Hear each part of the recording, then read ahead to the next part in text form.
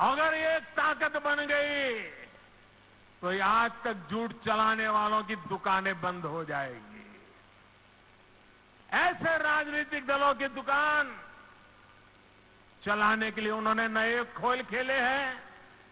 अब गरीब को भी बांटना, गरीब की एकता को तोड़ना, गरीब के सपनों को विक्षिप्त कर देना, गरीब को ही आपस में लड़ा लेना, एक नया खेल शुरू किया है।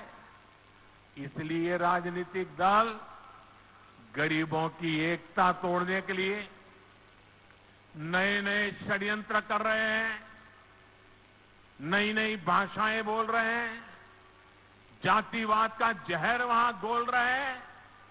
इसलिए मैं आज आपको इन सभी राजनीतिक दलों से आगाह कर रहा हूं, हमें गरीबों की एकता तोड़ने वाली हर साजिश को एकजुट होकर नाकामयाब करना है।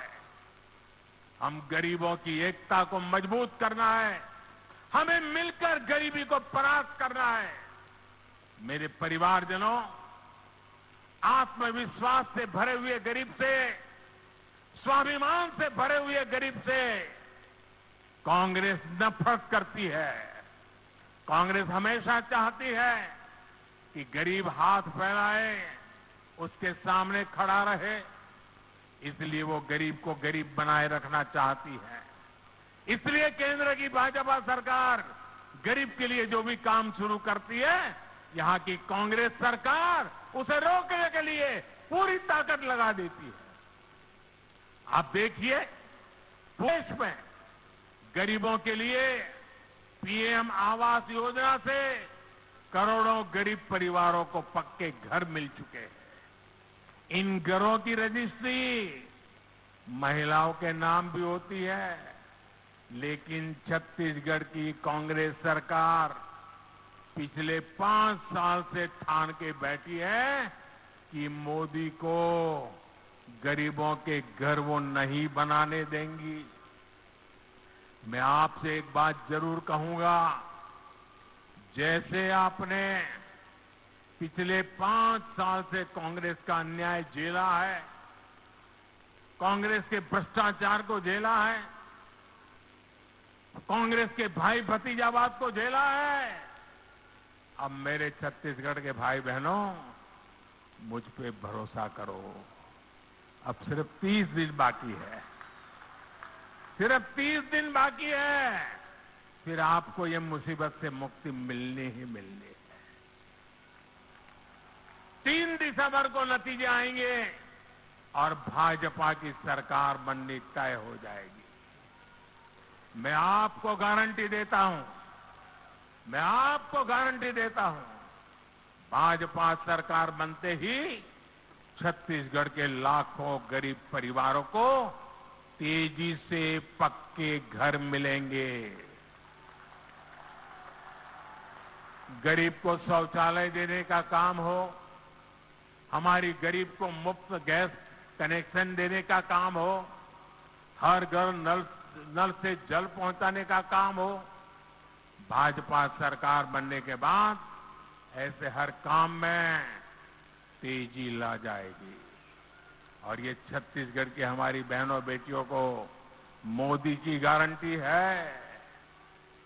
मेरे परिवारजनों, मैं आपके बीच से ही निकल आज यहां पहुंचा। गरीबी की चिंता, गरीब की चिंता करना मैं मेरा जीवन धर्म मानता हूं दोस्तों। ये मेरी चिंता है। जब कोरोना का संकट आया तो गरीब की सबसे बड़ी चिंता थी अपने बच्चों को खाना क्या खिलाएंगे। कोई भी मां खुद पेट बांधकर सो सकती है, लेकिन अपने बच्चे को भूख से बिलखता हुआ नहीं देख सकती। कोई भी पिता मजदूरी करनी पड़े तो करेगा, रात रात काम करना पड़ेगा तो करेगा, कोई भी काम करना पड़ेगा तो करेगा, लेकिन अपने बच्चों को भूखा नहीं देख सकता। लेकिन कोरोना महामारी में तो सब कुछ ठप पड़ गया था, पूरी दुनिया संकट में थी। तब मैंने तय किया कि किसी गरीब को मैं भूखा नहीं सोने दूंगा।